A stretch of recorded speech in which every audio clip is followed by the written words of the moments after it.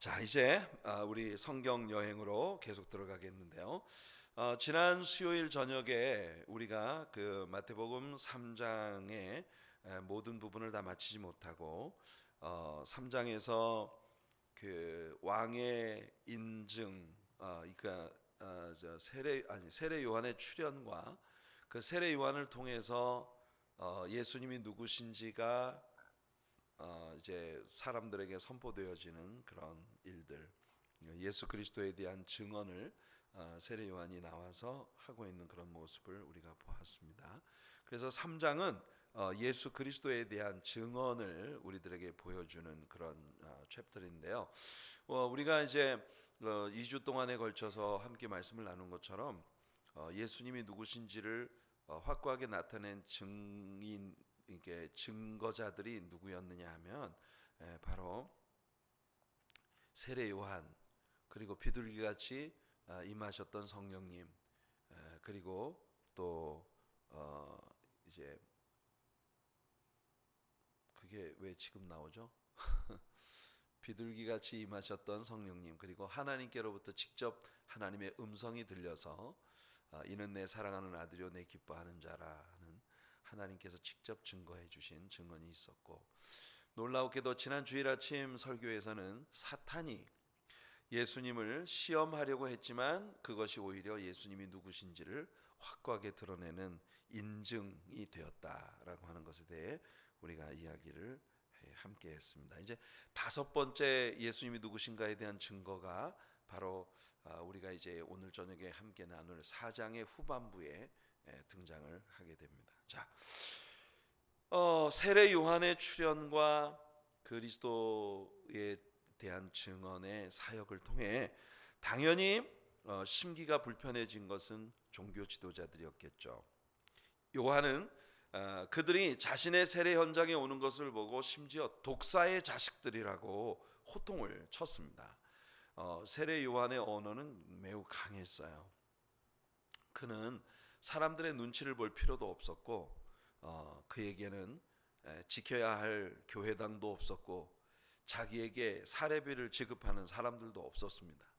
그는 광야에 있었고 오직 그의 메시지를 듣고 싶은 사람들만이 도시로부터 광야로 몰려들고 있었어요. 제가 볼 때 오늘날 이 시대에도 상당히 이런 스타일의 교회가 가장 그 아이디얼한 교회의 형태가 아닐까 하는 생각을 좀 해보게 되는데, 좀 약간은 좀 sarcastic한 그런 표현이 담겨 있었습니다만은, 여하튼 세례 요한은 사람들의 눈치를 볼 필요가 없는, 오직 하나님께서 입에 넣어주시는 말씀만 선포하면 되었던 그런 하나님의 종이었어요. 사실 정 목사도 하나님 앞에 늘 꿈꾸고 기도하는 건, 제가 사람들의 눈치를 보지 않고 하나님께서 입에 넣어주시는 말씀을 거침없이 사람들에게 이야기할 수 있는 그런 하나님의 종이 되기를 간절히 원하죠.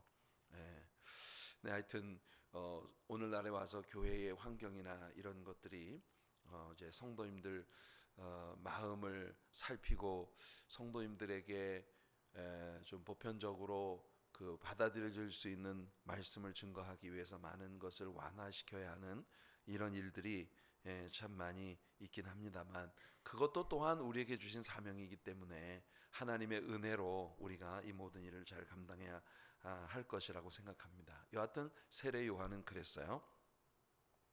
세례 요한은 그에게로 오는 바리새인들과 사두개인들을 향해서 외쳤습니다. 너희들이 하나님의 자녀라고 하나님의 자녀라고 확신하지 말아라. 너희가 하나님의 자녀가 되려면 회개에 합당한 증거를 보여라. 너희들의 삶에서 하나님의 자녀라는 열매를 나타내라. 이 세례는 아무나 받는 게 아니다. 세례를 받으려면 회개에 합당한 열매를 맺어라 하면서 바리새인들과 사두개인들, 당시 종교 지도자들에게 외치고 있었어요. 9절 말씀을 한번 읽어볼게요. 함께 읽읍시다. 속으로 아브라함이 우리 조상이라고 생각하지 말라. 내가 너희에게 이르노니 하나님이 능히 이 돌들로도 아브라함의 자손이 되게 하시리라. 그 시대에 가장 종교적인 사람들을 향해서 너희들은 종교 지도자는 고사하고 아브라함의 자손으로 불릴 자격조차도 없다고 호통을 치고 있는 거예요. 세례 요한은 아마도 그 시대에 영향력 있는 사람들에게는 별 인기가 없었을 것 같아요. 예, 제가 개런티할 수 있습니다. 그 시대에 종교적 영향을 가지고 있었던 사람들에겐 세례 요한이 별 인기가 없었어요. 자, 10절 말씀 한번 읽어볼게요. 시작. 이미 도끼가 나무 뿌리에 놓였으니 좋은 열매를 맺지 아니하는 나무마다 찍혀 불에 던져지리라. 도끼가 어디에 놓였다고요? 나무 뿌리에 놓였다고 말합니다. 뿌리는요, 나무의 생명이에요. 가지가 꺾여지면 또 나오면 되지만 뿌리 부분이 잘려지면 이 나무는 희망이 없는 거예요. 뿌리에 도끼가 놓여 있습니다. 뿌리와 열매는 항상 같이 가죠. 사과나무의 뿌리는 사과 열매를 맺게 하고 자두나무의 뿌리는 자두 열매를 맺게 합니다. 열매를 맺어야 할 실과 나무가 열매를 맺지 못하고 가시를 맺는다면 그것은 뿌리와 열매가 서로 다른 이상한 나무가 되는 것이죠. 이것이 이스라엘 나라에 대한 요한의 묘사였습니다. 이스라엘은 정말 좋은 뿌리를 가진 나무인 것은 틀림없었어요. 왜냐하면 아브라함이라고 하는 믿음의 사람이며 순종의 사람이었던 위대한 인물을 조상으로 두고 그 아브라함이라는 뿌리 위에 하나님의 섬세하신 인도하심과 영광스러운 축복들을 그들의 역사 속에서 무수히 경험하면서 자라온 나무가 바로 이 믿음의 나무가 바로 이스라엘이거든요. 하지만 세례 요한 당시에 와서는 이제 베어짐을 당할 위치에 놓여 있었던 거예요. 이렇게 그 시대 사람들에게 서슬퍼런 회개의 메시지를 전하던 세례 요한이 갑자기 톤을 바꾸어서 자신의 출현의 또 다른 목적에 대하여 말하기 시작합니다. 11절 아주 중요한 말씀이에요. 함께 읽을게요. 나는 너희로 회개하게 하기 위하여 물로 세례를 베풀거니와 내 뒤에 오시는 이는 나보다 능력이 많으시니 나는 그의 신을 들기도 감당하지 못하겠노라. 그는 성령과 불로 너희에게 세례를 베푸실 것이요. 이렇게 말합니다. 우리는 지금 성령 시대에 살고 있습니다. 믿습니까?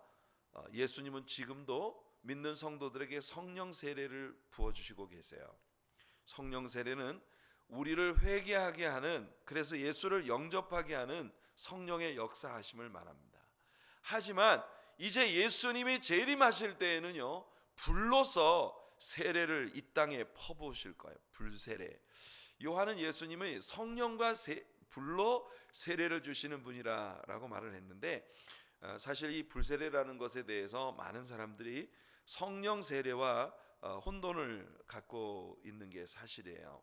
대개 오순절 날에 성령 세례가 임할 때 불과 바람의 현상이 함께 동반했기 때문에 그 세례를 성령 세례이며 동시에 불세례라고 이렇게 생각을 하는 경향이 있습니다. 하지만 여러분, 오순절 성령 강림의 현장을 우리들에게 소개하는 사도행전 2장 2절과 3절 말씀을 한번 자세히 우리 들여다볼게요.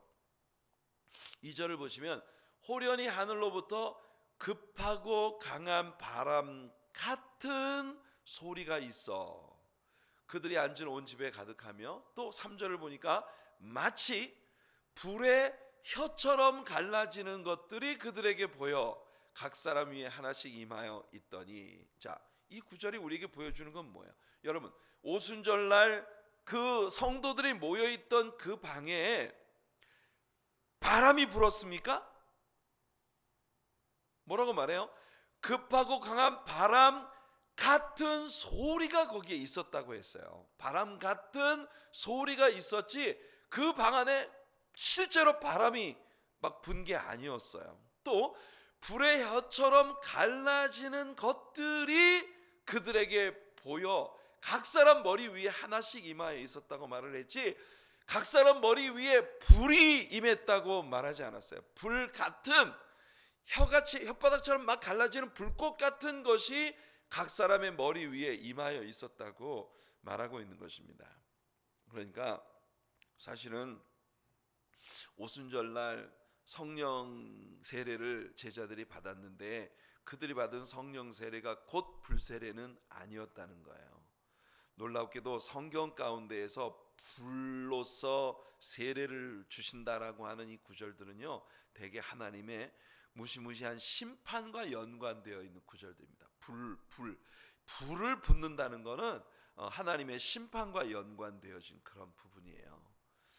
오늘날 우리는 성령 시대에 살고 있고 예수를 믿고 구주로 영접한 모든 이들이 성령님이 그 중심에 계십니다. 왜냐하면 성령이 아니면 아무도 예수를 주로 시인할 수 없다 했으니까. 하지만 성령의 영향으로 예수를 구주로 영접하여 믿음을 갖게 되는 것과 성령 세례를 받는 것은 별개의 일이라고 하는 걸 우리가 성령론을 통해서 얼마 전에 공부한 바 있어요. 그래서 성령님이 모든 사람들의 중심에 계시고 그리고 그들은 그리스도의 몸의 한 지체가 된 거예요. 하지만 예수님이 재림하시는 날 예수님은 불로써 모든 것을 심판하시는 그런 불세례를 부으실 그런 주님으로 이 땅에 오시게 된다는 것입니다. 자, 그래서 이어지는 요한의 선포는요, 예수님의 재림에 관한 말씀이에요. 12절 한번 읽어볼게요. 시작. 손에 키를 들고 자기의 타작 마당을 정하게 하사 알곡은 모아 곳간에 들이고 쭉정이는 꺼지지 않는 불에 태우시리라. 보세요. 예수님의 재림 때에는 예수님의 재림의 때에 예수님이 부으시는 불세례가 어떤 개념인지를 요한이 우리들에게 설명해 주고 있는 것입니다. 아직은 예수님이 불세례를 부으시는 때가 아니에요. 베드로는요, 예수님이 더디어 오시는 것이 하나님의 오래 참으심 때문이고 한 사람이라도 더 회개하고 돌아오기를 우리 하나님이 기다리시는 증거라고 베드로후서 3장 9절로 10절에서 말했어요. 그리고 여기에 베드로가 이 말씀을 덧붙이고 있습니다. 베드로후서 3장 14절과 15절을 보시면 그러므로 사랑하는 자들아 너희가 이것을 바라보나니 주 앞에서 점도 없고 흠도 없이 평강 가운데 나타나기를 힘쓰라. 또 우리 주의 오래 참으심이 구원이 될 줄로 여기라. 우리가 사랑하는 형제 바울도 그 받은 지혜대로 너희에게 이같이 썼고 이렇게 말을 했어요. 베드로가 우리 형제 바울이 그 받은 지혜대로 이렇게 썼다고 했는데 뭘 썼다고 하는 것인지를 사실은 이 베드로 후서에서는 이야기하지 않아요. 근데 디모데전서 1장 15절과 16절에서 바울 사도는 자기 같은 사람이 구원받은 것이 하나님의 일절 오래 참으심으로 말미암은 은혜였다라는 걸 고백하고 있어요. 한번 읽어볼게요. 시작. 미쁘다 모든 사람이 받을 만한 이 말이요 그리스도 예수께서 죄인을 구원하시려고 세상에 임하셨다 하였도다. 죄인 중에 내가 괴순이라. 그러나 내가 긍휼을 입은 까닭은 예수 그리스도께서 내게 먼저 일체 오래 참으심을 보이사 후에 주를 믿어 영생 얻는 자들에게 본이 되게 하려 하심이라. 그러니까 베드로가 이야기한 우리 형제 바울도 우리 하나님의 오래 참으심이 자기에게 구원이 되었다는 것을 썼다고 이렇게 말을 하고 있는 바로 이 부분인 거예요. 저는 제 자신이 구원을 받아 하나님의 자녀가 된 것이 그리고 또 특별히 하나님의 거룩한 교회를 섬기는 목사가 된 것이 온전히 죄인 괴수를 향하신 하나님의 오래 참으심의 부르심으로 말미암은 것이라는 걸 확실히 믿습니다. 그리고 이 부르심이 이 세상 많은 이들에게 축복의 열매로 나타나게 되기를 간절히 바랍니다. 바울이 그랬던 것처럼 말이죠. 그러므로 지금은 하나님께서 예수 그리스도의 넘치는 은혜를 성령의 능력으로 우리에게 부어주시는 시대예요. 불세례가 있을 때까지 소위 은혜 받을 만한 때이고 구원 받을 만한 때예요. 지금은 예수님이 성령 세례를 부으시는 때입니다. 그러니 여러분들 모두가 우리 주님이 부으시는 성령 세례를 받고 성령의 권능을 힘입어 능력이 넘치는 간증이 넘치는 그런 신앙인들로 주님 앞에 서게 되기를 예수님 이름으로 축복해 드립니다. 고린도후서 6장 1절과 2절에 보면 바울이 말했어요. 우리가 하나님과 함께 일하는 자로서 너희를 권하노니 하나님의 은혜를 헛되이 받지 말라. 이르시되 내가 은혜 베풀 때에 너에게 듣고 구원의 날에 너를 도왔다 하셨으니 보라 지금은 은혜 받을 만한 때요 보라 지금은 구원의 날이로다. 여러분 지금은 하나님께서 우리에게 예수 그리스도로 말미암아 성령의 세례를 부으시는 때예요. 성령의 세례를 받고 성령의 충만함을 입어 성령의 권능으로 기도하고 전도하고 말씀 보고 예배하고 신자의 모든 삶의 전반에 성령의 능력으로 행하는 그런 은혜의 성도님들이 되시기를 예수님 이름으로 축복해 드립니다. 이제 우리가 4장으로 들어갑니다.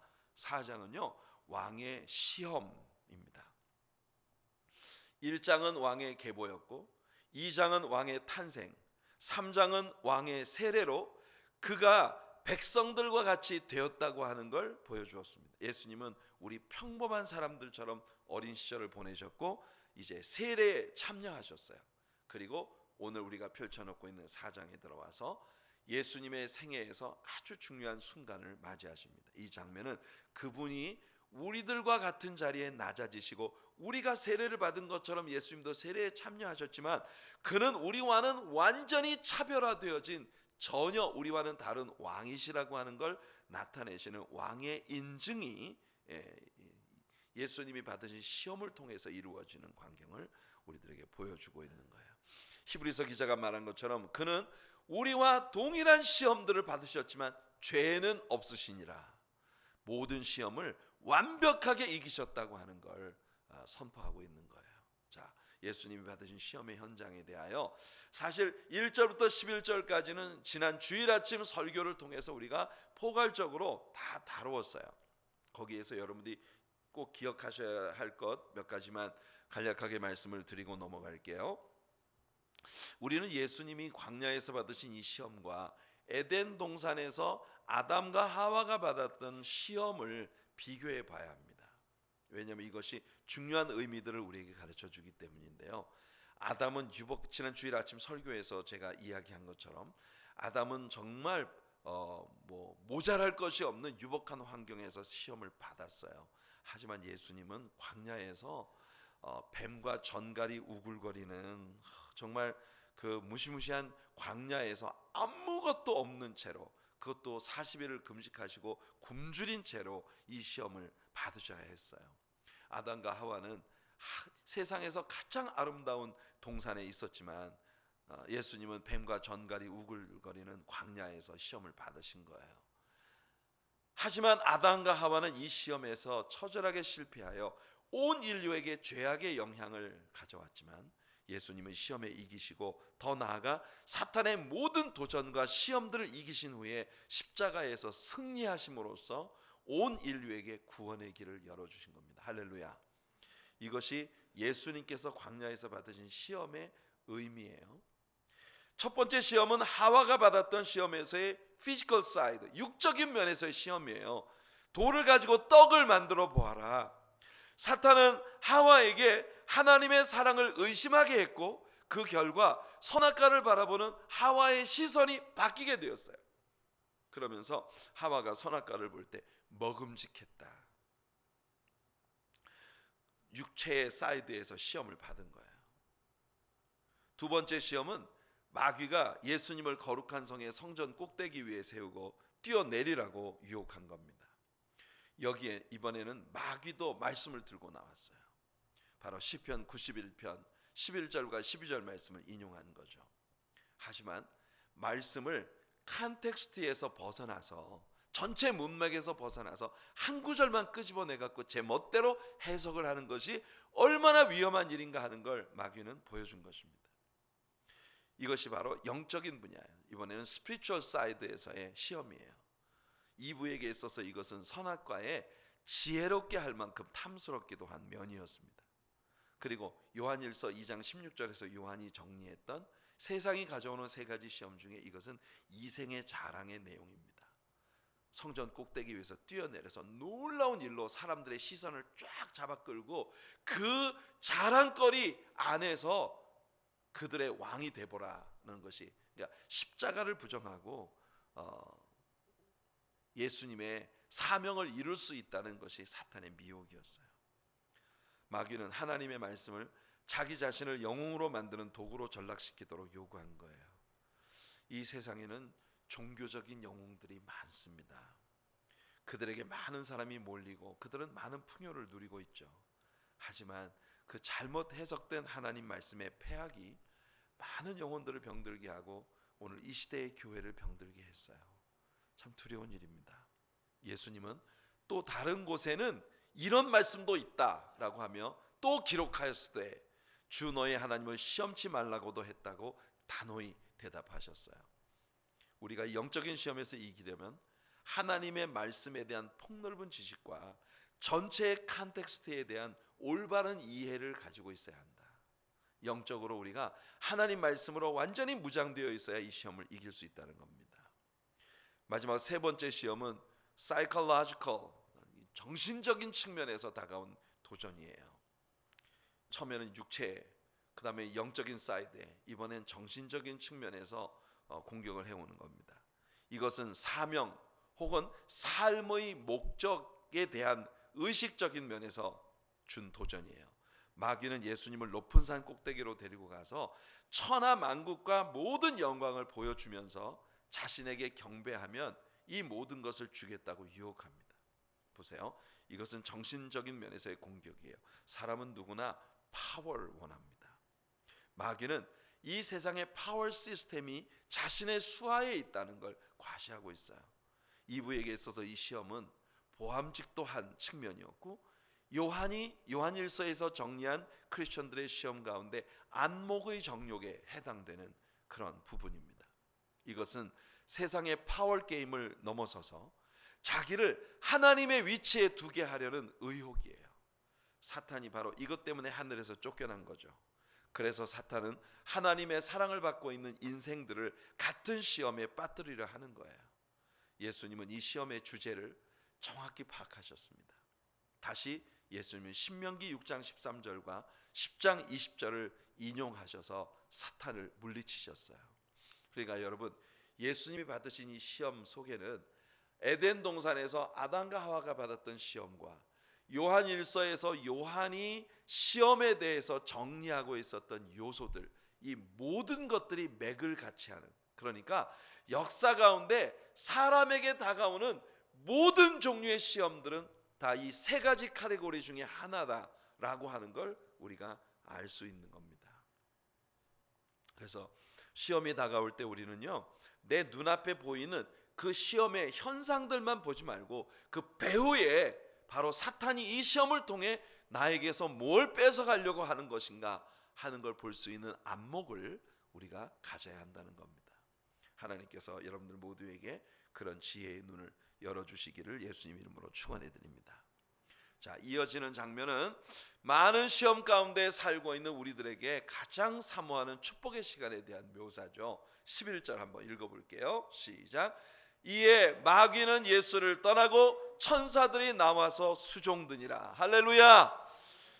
악한 원수마귀가 여러분을 시험하러 다양한 옷을 입고 다양한 얼굴을 가지고 여러분들에게 다가오지만, 여러분들이 말씀으로 승리하고 난 후에 마귀는 떠나고 천사가 나와 수종드는 그런 은혜의 자리, 승리의 자리, 축복의 자리에 반드시 나아가는 여러분들 되시기를 예수님의 이름으로 축원해 드립니다. 자, 마태는요, 마귀는 예수를 떠나고 천사들이 나와 수종드니라 했는데, 누가는 이 장면에 대해서 좀 더 정확한 묘사를 하고 있어요. 누가의 기록을 한번 읽어볼게요. 시작. 마귀가 모든 시험을 다한 후에 얼마 동안 떠나니라. 뭐라고 그랬어요? 얼마 동안 떠났다 그랬어요. 마태는 그냥 마귀가 떠나가고 천사가 수종 들었다고 했는데, 누가는 마귀가 얼마 동안 떠났다 그랬어요. 그 말은 무슨 말이에요? 얼마 후에 다시 또 왔다는 거예요. 그 얼마 후가 얼마간의 시간이 지난 후에 마귀가 예수님께 또 온 것일까요? 글쎄요, 우리는 이 개념을 정확히 알 수는 없지만 어쩌면 그 다음 날이었을 수도 있습니다. 예수님은 그의 공생의 사역을 이제 곧 시작하셨고, 그 첫날에 예수님께 들려온 소식이 세례 요한의 체포와 투옥에 대한 뉴스였어요. 그리고 그는 나사렛에서 자신의 고향에서 배척을 받으시고 가버나움으로 떠나셔야 하는 그런 모습을 봅니다. 그러니까 어쩌면 마귀가 예수님을 시험하고 실패한 다음 떠났는데, 아주 떠난 것이 아니라 얼마 동안 떠났다가 다시 돌아왔는데 그게 바로 그 다음 날일 수도 있었다. 흥미로운 부분이에요. 우리가 살아가는 모든 날들 동안 우리는요, 마귀와 싸워야 합니다. 아멘. 그래서 바울 사도는 우리가 영적인 전신갑주를 취해야 된다고 말하고 있어요. 서서 진리의 띠를 띠고 의의 흉배를 붙이고 평안의 복음에 예비한 것으로 신을 신고 믿음의 방패를 잡고 성령의 검 하나님의 말씀을 가지고 구원의 투구를 쓰고 우리 무장한 그리스도의 강한 용사가 되어야 합니다. 아멘. 자, 그리고 이제 4장의 후반부 12절부터 예수님의 The Public Ministry 공생애가 시작되는 장면을 우리들에게 보여줘요. 자, 이제부터 지금까지는 이제 예수님의 출현에 관한 이야기들이었어요. 왕의 탄생, 왕의 인증, 그리고 왕의 세례와 또 시험, 이런 과정을 지나서 이제 왕이신 예수님이 드디어 사역을 시작하시는 퍼블릭 미니스트리가 시작되는 장면을 우리가 보는 겁니다. 자, 12절 13절 읽어볼게요. 시작.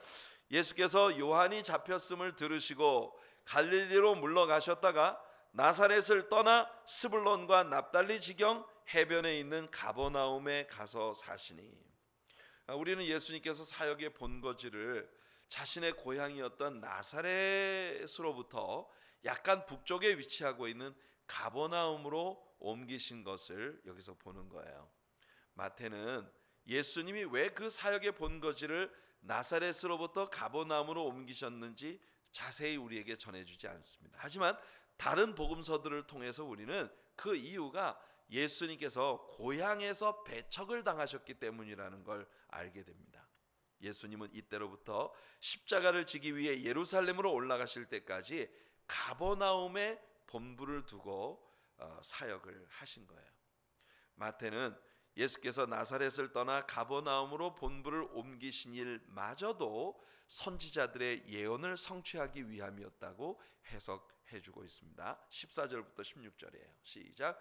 이는 선지자 이사야를 통하여 하신 말씀을 이루려 하심이라. 일러스되 스불론 땅과 납달리 땅과 요단강 저편 해변길과 이방의 갈릴리여 흑암에 앉은 백성이 큰 빛을 보았고 사망의 땅과 그늘에 앉은 자들에게 빛이 빛이었도다 하였느니라. 여러분, 이 지역들이 이방의 갈릴리라고 불린 데는 이유가 있었어요. 당시 로마 제국으로부터 많은 사람들이 이곳에 이주해 와 살고 있었기 때문에 이 지역은 정말 그림같이 아름다운 경치를 가지고 있었고, 따라서 로마 제국의 많은 부자들이 이곳에 이주해 와서 살고 있었던 거예요. 그래서 갈릴리 해안의 이 지역들은 이방인의 땅처럼 여겨지고 있었다는 겁니다. 그래서 마태는 예수님의 가버나움 이주 역시 이사야 선지자의 예언의 성취였다고 해석하고 있는 거예요. 이사야 9장 1절과 2절 말씀을 보시면 이사야 선지자가 이렇게 예언했어요. 전에 고통받던 자들에게는 흑암이 없으리로다. 옛적에는 여호와께서 스불론 땅과 납달리 땅이 멸시를 당하게 하셨더니 후에는 해변길과 요단 저쪽 이방의 갈릴리를 영화롭게 하셨느니라. 흑암에 행하던 백성이 큰 빛을 보고 사망의 그늘진 땅에 거주하던 자에게 빛이 비치도다. 이 지역은 원래 이방인의 갈릴리라고 불리워지던 그런 이방인들의 땅이나 마찬가지였던 곳이었는데, 예수님이 사역의 본부를 그쪽으로 옮기시는 바람에 그 인근 지역에 있는 이방인들의 경내에 하나님의 많은 은혜의 빛이 비치게 되었다는 걸 우리들에게 보여주는 거예요. 성도 여러분, 흑암에 행하던 백성이 큰 빛을 보았다. 예수 그리스도는 큰 빛이십니다. 아멘. 여러분들, 우리가 인생 살면서 때때로 우리들이 영육간에 흑암이 나를 덮쳐오는 것 같은 위기를 만날 때가 있어요. 어떤 때는 여러분들의 사업이 위기를 만날 때가 있고, 어떤 때는 여러분의 개인적인 신앙이 위기를 만날 때가 있고, 여러분 다양한 우리들의 삶의 전반적인 영역에서 우리는 위기를 만날 때가 있어요. 그때 여러분들의 어두움을 환한 빛으로 바꾸어 주는 분은 예수님이십니다. 그러니까 언제나 여러분들은 예수께로 돌이키시길 바라요. 예수님을 붙잡길 바라요. 예수님께 부르짖길 바라요. 오늘 새벽 설교 들으셨나요? 오늘 새벽 설교 들으셨어요? 오늘 새벽 설교를 꼭 들어보시기 바랍니다. 오늘 새벽 설교를 꼭 들어보시기 바라요. 왜 하나님의 자녀들이 기도해야 하느냐 하는 것에 대해서 예수님이 기막힌 말씀을 들려주셨어요. 나는 리바이벌은 절대 안 합니다. 그러니까 여러분들이 새벽 설교를 유튜브가 아니라 카톡방에서 꼭 들으시기를 바라요. 카톡방에서 나가신 분, 저한테 초청해 달라고 하시면 제가 다시 초청해 드리겠습니다. 우리는 예수님의 가버나움 이주에서 두 가지 큰 교훈을 얻는 거예요. 예수님이 이 지역으로 가셨을 때 이 지역은 큰 빛의 비침을 얻은 겁니다. 그들은 예수님께서 행하시는 놀라운 일들을 가까이에서 목격할 수 있는 특권을 얻었어요. 하지만 동시에 그것은 그들에게 굉장한 책임을 가져왔다는 것 또한 우리는 잊지 말아야 합니다. 하나님의 은혜를 받은 사람들은 동시에 책임을 갖게 됩니다. 왜냐하면 하나님은 많이 받은 자에게서 많은 것을 찾으시는 분이시기 때문에. 하지만 이 지역 사람들은 우리 예수님의 은혜의 역사하심에 대해 아주 적은 반응밖에 보이지 않았어요. 안타까운 일이죠.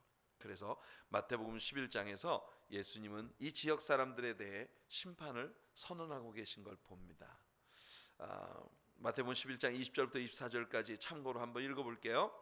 예수께서 권능을 가장 많이 행하신 고을들이 회개하지 아니하므로 그때 책망하시되 화 있을진저 고라시나 화 있을진저 벳세다야 너희에게 행한 모든 권능을 두로와 시돈에서 행하였더라면 그들이 벌써 베옷을 입고 제에 앉아 회개하였으리라. 내가 너희에게 이르노니 심판날에 두로와 시돈이 너희보다 견디기 쉬우리라. 가버나움아 내가 하늘에까지 높아지겠느냐 음부에까지 낮아지리라. 내게 행한 모든 권능을 소돔에서 행하였더라면 그 성이 오늘까지 있었으리라. 내가 너희에게 이르노니 심판날에 소돔 땅이 너보다 견디기 쉬우리라 하시니라. 여러분 잊지 마세요. 우리가 하나님의 자녀로서 늘 하나님의 진리의 말씀들을 배울 수 있는 특권을 누리고 있습니다. 그러면 우리가 하나님께서 우리에게 부어주시는 은혜에 대하여 올바른 반응을 보이는 신자들이 돼야 한다는 거예요. 여러분 늘 예수님께 받는 사이드만 생각하지 마셔요. 예수님께 받는 사이드가 있으면 많이 받은 자에게서 많은 것을 구하신다는 예수님 말씀을 꼭 기억하시기 바랍니다. 은혜 많이 받으시면서 살고 계시죠? 그러면 주님을 섬기는 일에서도 은혜가 많은 성도님들이 되시기를 예수님의 이름으로 축원해 드립니다. 자, 이 가버나움에서 예수님은 이제 체포된 세례 요한의 빈자리를 대신하기 시작하셨어요. 그러니까 세례 요한은 문자 그대로 예수님의 카펫 레이어였습니다. 예수님이 오실 길을 예비하고 그가 고백했던 것처럼 그는 흥하여야 하겠고 나는 쇠하여야 하리라. 예수님을 무대 위에 세워드리고 자신은 무대 뒤편으로 사라져가는 그런 인물이 된 거예요. 자, 17절 예수님께서 세례 요한으로부터 바톤을 넘겨받으셔서 세례 요한이 선포했던 동일한 메시지를 선포하고 계신 것을 우리가 봅니다. 이때부터 예수께서 비로소 전파하여 이르시되 회개하라 천국이 가까이 왔느니라 하시더라.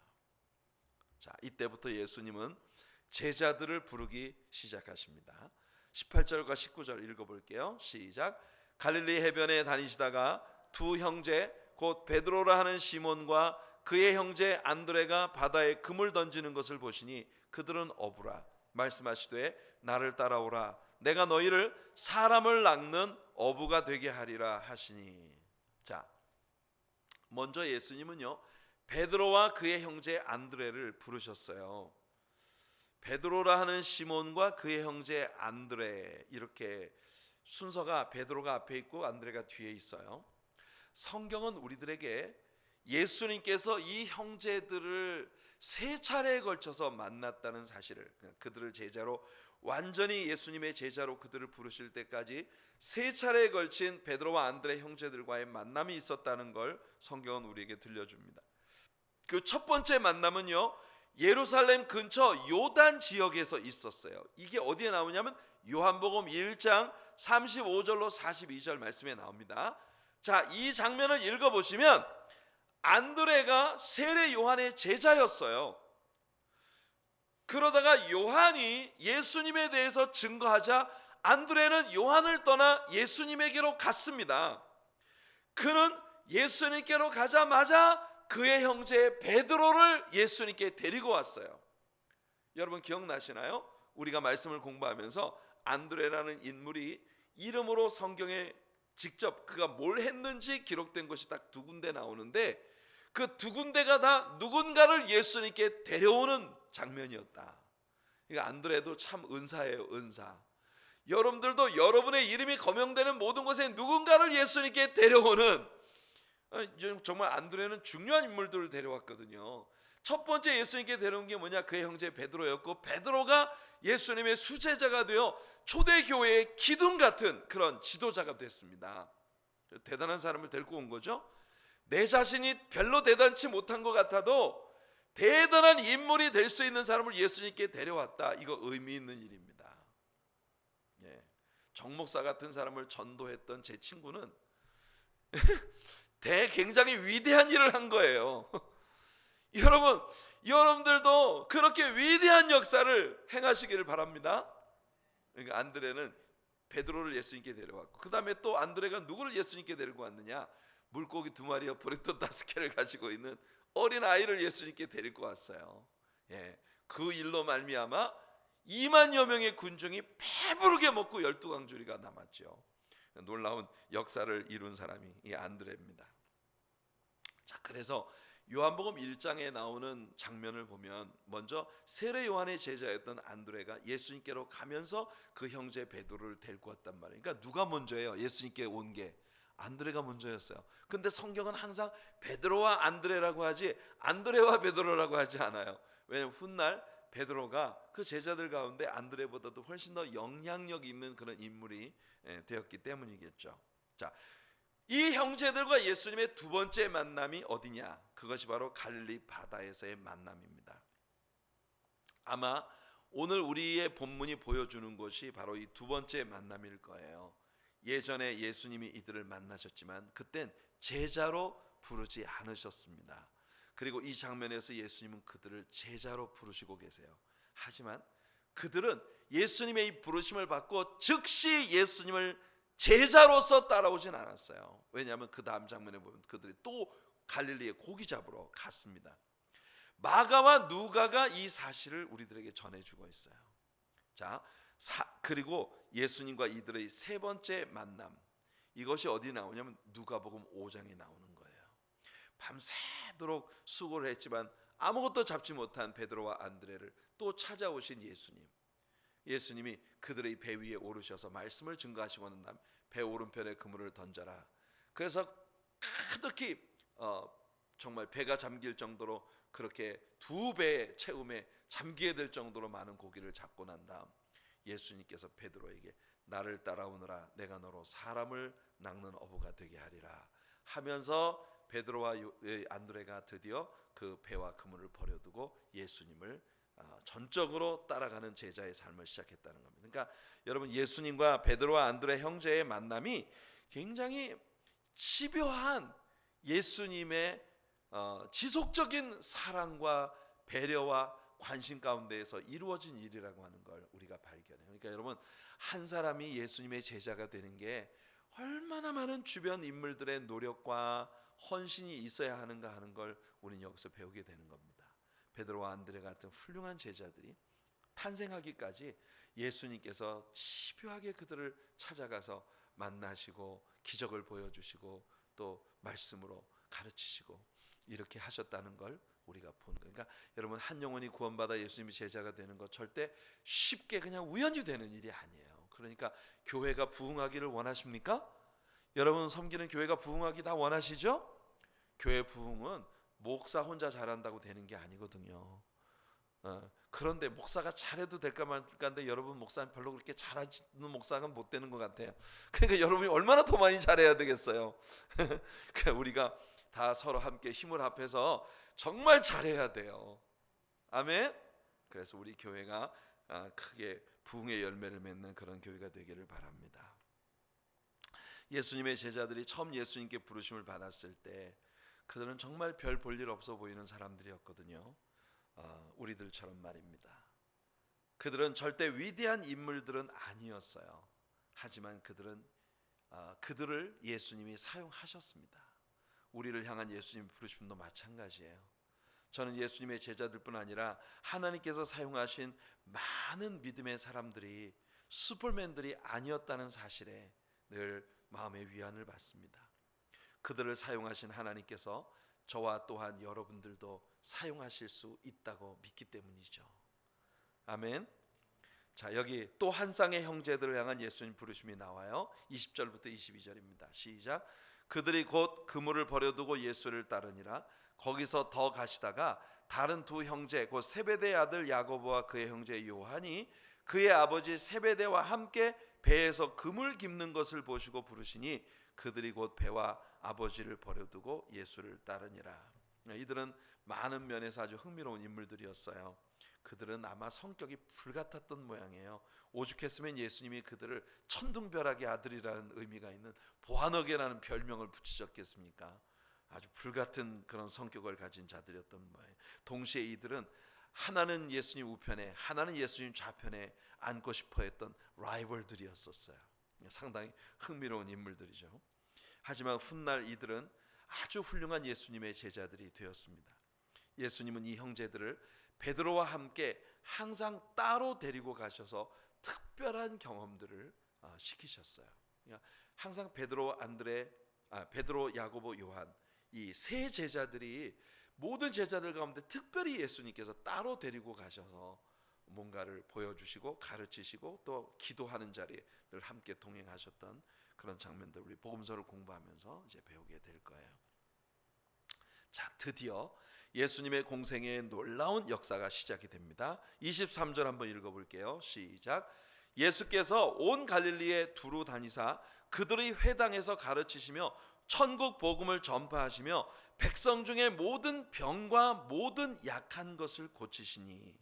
여기에 예수님의 공생의 사역을 정의하는 세 가지 표현들이 있어요. 뭐냐? 가르치시는 사역과 전파하시는 사역과 고치시는 사역입니다. 가르치는 사역, teaching, 전파하는 사역, preaching, 그리고 고치는 사역, healing. 예수님의 사역은요 세 가지로 이렇게 대분됩니다. preaching, teaching, healing. preaching은 공개된 자리에서 불특정 다수를 향해 말씀을 선포하시는 일이에요. 그 가운데 말씀을 듣고 주님을 따르는 자들에게 teaching 사역을 통해서 그들을 성숙시켜 주시는 거예요. 그리고 예수님은 당신이 메시아인 것을 보여주는 그런 증거들로서 많은 힐링 미니스트리를 하셨다는 겁니다. 우리들의 사역에도 preaching, teaching, healing 이런 사역이 항상 공존하는 그런 미니스트리가 될 수 있기를 바랍니다. 우리가 마태의 이 표현을 주목해 볼 필요가 있어요. 예수님의 원수들이 예수님을 대적할 때 최소한 그의 행하신 놀라운 표적들에 대해서는 도전할 수가 없었어요. 그 이유는 예수님이 병을 고쳐주신 사람들이 한두 명이 아니었기 때문입니다. 그들 주변에 늘 돌아다니는 수많은 사람들이 예수님에 의해 병 고침을 받았어요. 그들이 모르는 사람들이 아니라 늘 자기들의 눈앞에서 다리를 절며 다니고 눈이 먼 채 다니고 여러 가지 질병으로 문제로 아파하던 사람들이 예수님을 만나고 새롭게 되어진 확실한 증거를 그들의 눈으로 볼 수 있었기 때문이에요. 그래서 24절 읽어볼게요. 시작.